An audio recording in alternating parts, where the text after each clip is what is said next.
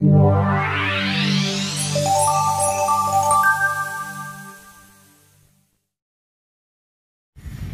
selamat pagi anak-anak ibu sekalian. Berjumpa kembali dengan Ibu Puji dalam mata pelajaran Sejarah Wajib kelas 10. Baiklah, minggu lalu kita sudah belajar tentang kerajaan Islam yang ada di Papua. Nah, untuk hari ini kita akan belajar tentang kerajaan-kerajaan Islam yang ada di Nusa Tenggara. Kerajaan Islam yang ada di Nusa Tenggara ada dua, yaitu Kerajaan Lombok dan Kerajaan Sumbawa. Adapun tujuan kita mempelajarinya adalah siswa dapat mendeskripsikan dan menjelaskan tentang kehidupan masyarakat Kerajaan Lombok dan Kerajaan Sumbawa. Baiklah, langsung saja kita ke materi. Kerajaan Islam di Lombok dan di Sumbawa. Kita akan membahas dua kerajaan, yaitu Kerajaan Selaparang dan Kerajaan Bima. Latar belakang Kerajaan Islam di Nusantara. Diperkirakan sejak abad ke-16, Islam hadir di daerah Nusa Tenggara atau Lombok. Islam di Lombok diperkenalkan oleh Sunan Parapen atau putra Sunan Giri. Kemungkinan masuknya Islam ke Sumbawa ini dengan melalui Sulawesi, yaitu dengan dakwah para mubalik dari Makassar antara tahun 1540. Kerajaan Selaparang, Kerajaan di Lombok. Kita akan membahas letak, penjelasan, masa kejayaan, sebab runtuhnya dan kehidupan politik Kerajaan Selaparang. Kerajaan Selaparang terletak di Desa Selaparang, Kecamatan Suela, Lombok Timur. Penjelasan: Selaparang merupakan pusat kerajaan Islam di Lombok di bawah pemerintahan Prabu Rangkesari. Pada masa itulah Selaparang mengalami zaman keemasan dan memegang hegemoni di seluruh Lombok. Dari Lombok, Islam disebarkan ke Pejangkik, Parwa, Sorong, Bayan, dan lainnya. Konon, Sunan Parapen meneruskan dakwahnya dari Lombok menuju Sumbawa. Masa kejayaan Kerajaan Selaparang. Berbagai sumber menyebutkan bahwa setelah dipindahkan, Kerajaan Selaparang mengalami kemajuan pesat.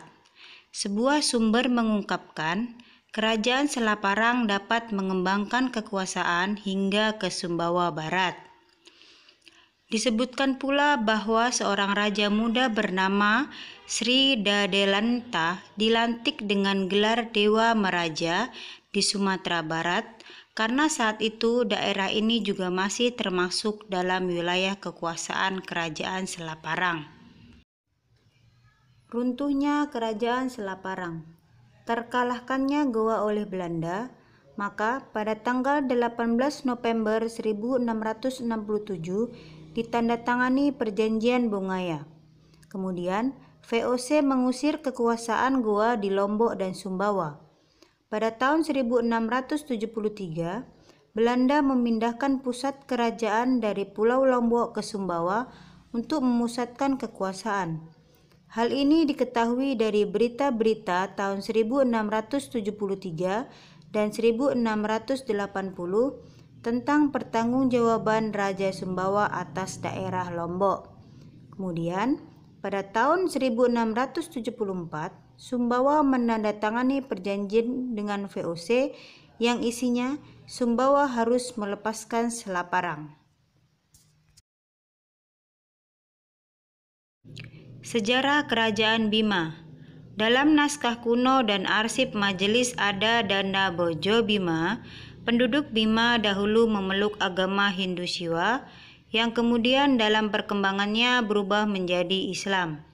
Berdirinya Kerajaan Bima sejak abad ke-14 berawal dari kesepakatan raja-raja kecil di wilayah itu yang mencakup Sumbawa dan Manggarai di bagian barat Flores.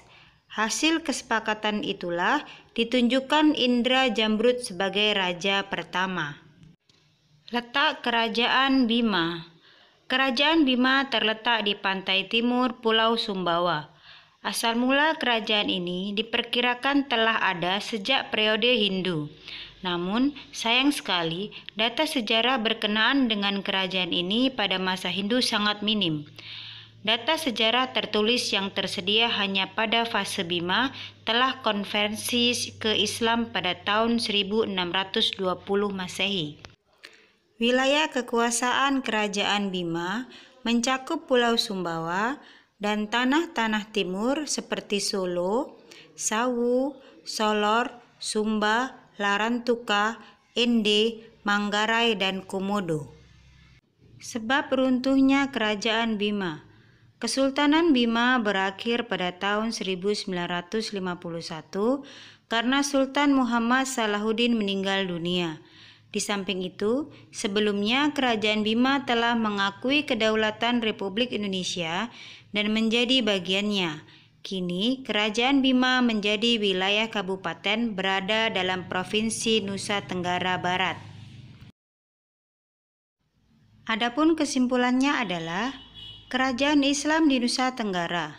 Agama Islam pertama kali memasuki Nusa Tenggara Timur pada abad ke-15 yang dibawakan oleh para pedagang dan ulama, tepatnya di Pulau Solor, Flores Timur.